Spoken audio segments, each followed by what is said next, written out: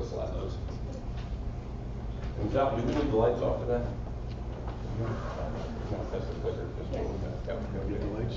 I don't think we do. I think we'll be fine. Hang on.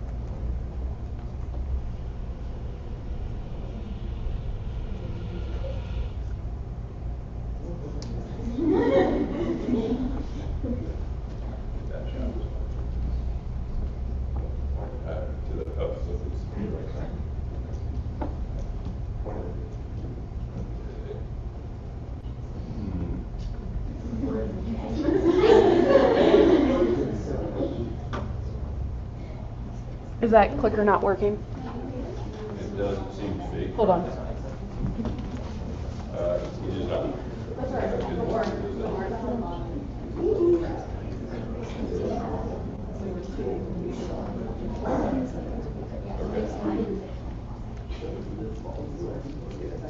Got it. It's going. Forward, backwards. There you go. All right. So we're going to start with the pros of fracking and hear from both groups. You guys will start with your introduction, and then alternate from then on. So please give them a warm welcome. We'll get started.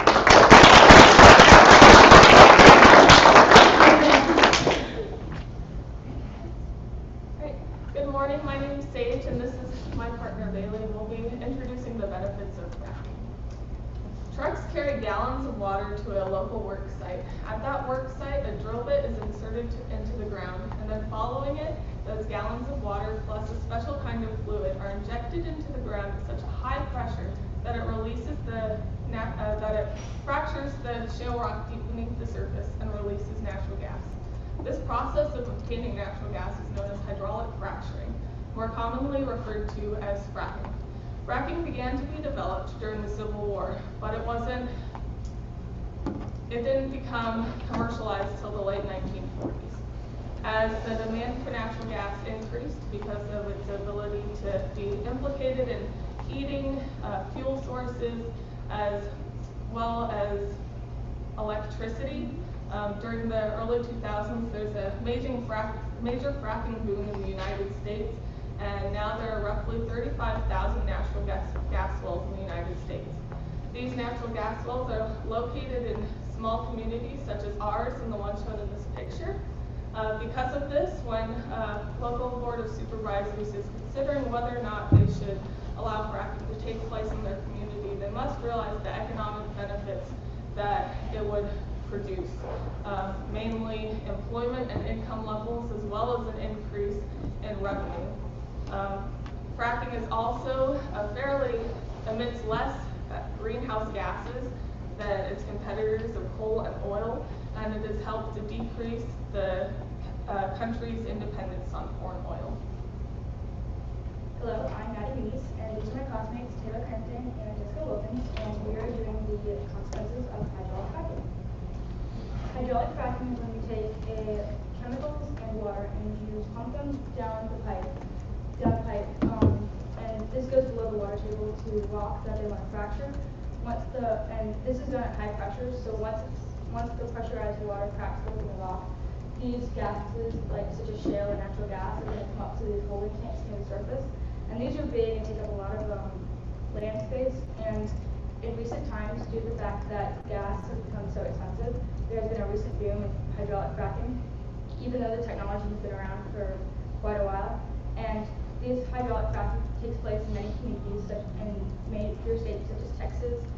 And because of this, when given our scenario about whether communities should accept or not accept a fracking company, we would suggest not to suggest it due to the environmental problems, health defects, and the infrastructure is not beneficially effective. Fracking has decreased the U.S.'s dependency on foreign resources. An influx of shale gas has resulted from fracking, as well as an increased demand for a healthier alternative. This has resulted in the price of gas prices in the U.S. going down. A study by Brookings Institute showed that between 2007 and 2013, approximately $13 billion was saved in gas bills across the U.S. This added up to approximately $200 per household.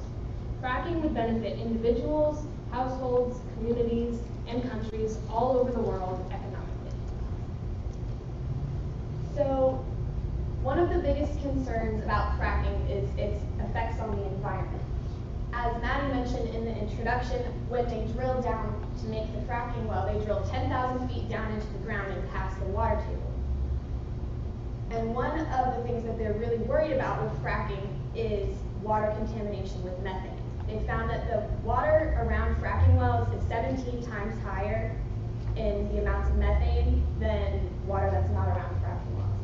And if you continue on down, you'll see that stuff is going up into the water. And along with the methane, there are other 600 chemicals, most of which we don't even know, but the ones that we do know are toxic to humans, like formaldehyde and radium and uranium and mercury. All of these things really hurt humans, and it also hurts the environment. As this stuff is going up, actually half of it doesn't even go up. 30 to 50% of the chemicals that they use are not recovered from the ground. They're left in the ground to build up and pile up and pile up and pile up, and they're not biodegradable. So what they do recover, though, they put in these big open air vats, and as these vats continue and progress, the solution kind of evaporates up into the atmosphere, and in doing so, it creates things like ground level ozone that are severely detrimental to the environment. When burned, natural gas emits less greenhouse gases than its competitors in coal and oil, such as carbon dioxide, nitrogen oxide, earth oxide, and PM2.5. These are all relatively high levels of air pollution that are released by coal and oil. As you can see, the levels released by natural gas are much lower than that of oil. The process of fracking also emits less surface and air toxicity than methods of oil and coal extraction. As natural gas is the cleanest of the fossil fuels, coal, oil, and natural gas, it is a much better alternative to these methods. In over 15 million Americans live within a mile of a fracking ring. So any problems done by fracking rings is going to affect quite a few people. And according to communities, and once a fracking ring is built, it takes up quite a bit of land. Not only that, it goes like a construction project. It's loud, it's noisy, it takes up time, and it doesn't stop once the sun goes down. Another thing is it's very it uses a lot of water. So a lot of times this impacts the people who are living there with their own water supplies, and it also means that there's going to be a lot of trucks coming through that are going to be hauling this water. All of this is going to affect your community. Not only that, but a case study showed that by the University of Denver was that they did a survey with 550 people, and a majority of them said that when choosing a house, they would be less inclined to buy a house near fracking ring. Not only that, but there was a case study done, and a judge gave the family $3 million, and one of the reasons due to fracking problems, and one of the reasons why was because their house went down $270,000. So when people get fracking rings near their house, chances are they can't leave because their house has probably gone down in price, and they can't get a new one because of the fact that they've already gone down. Not only that, but if you look, fracking rigs are near children, they're in communities. You're going to have all these construction projects going on through people's houses, by around kids. All of this is going to be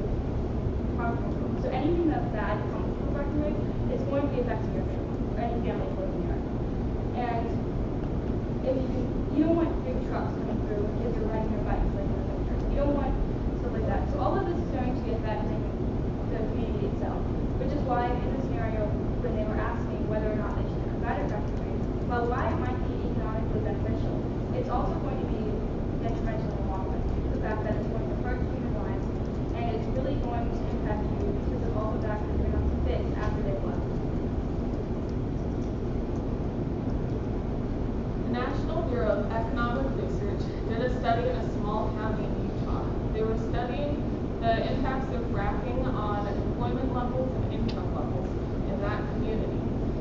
This study showed that within a 100-mile radius of the fracking site, with every new $1 million in new production, there was a $243,000 increase in wage. 36% of that showed up in households within commuting distance of the site. Overall, in that county in Utah, there was a 60% increase in employment due to fracking alone, which was increased 5 times that on a state level. Not only does fracking provide income and employment opportunities, the natural gas companies also contribute $655 million in local and state tax revenue, which can be used by communities in their community efforts for funding as well as business spending.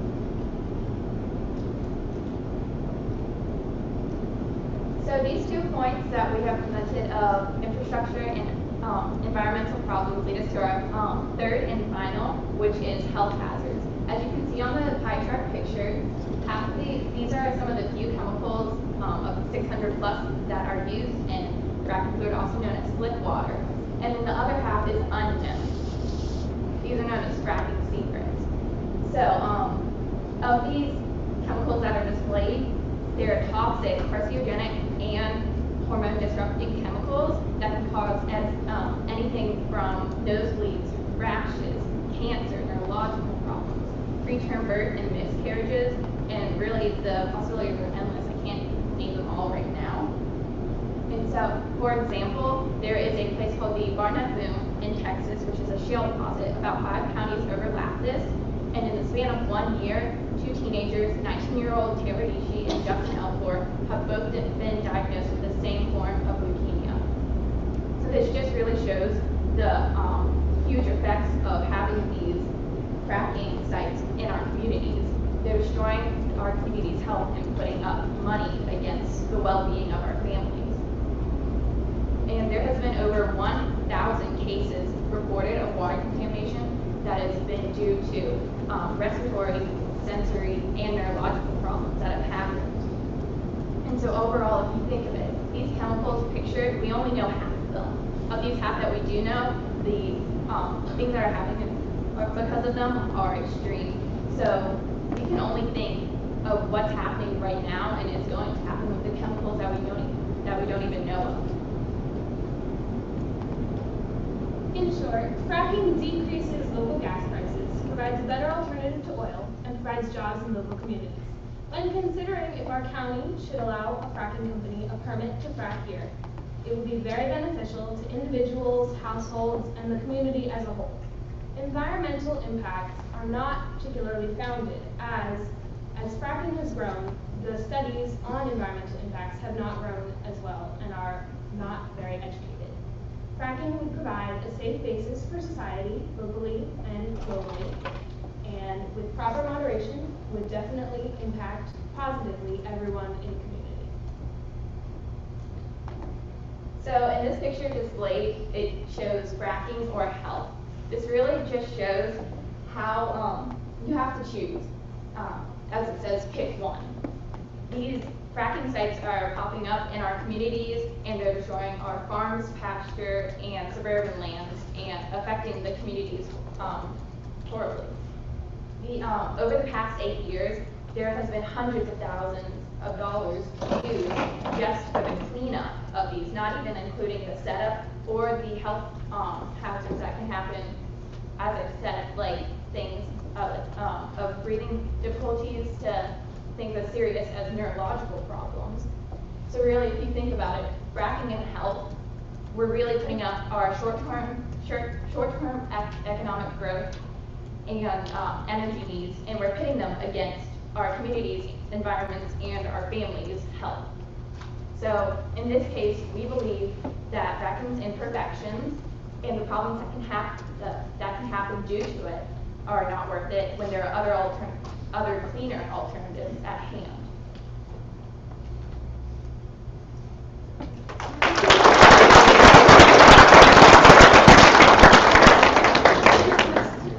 We have time for questions at the conclusion of each of these presentations. Anybody have questions? questions for either side or both sides? Mr. D or Mr. D? Oh, over here. All right, so I have a question for both groups. Either of you find out like why these fracking companies or employees of the fracking companies can't release the names of these chemicals? Because they are kept as like fracking secrets, so if you're gonna disclose your chemicals, then chances are some other companies also going to use them, and that's why they are considered not to be disclosed. Secrets are true.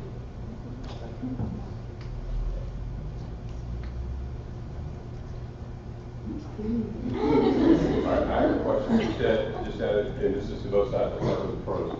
Did you have a particular opinion about fracking before you started, and did your research change your mind in any way? Before I started this project, I was not for fracking.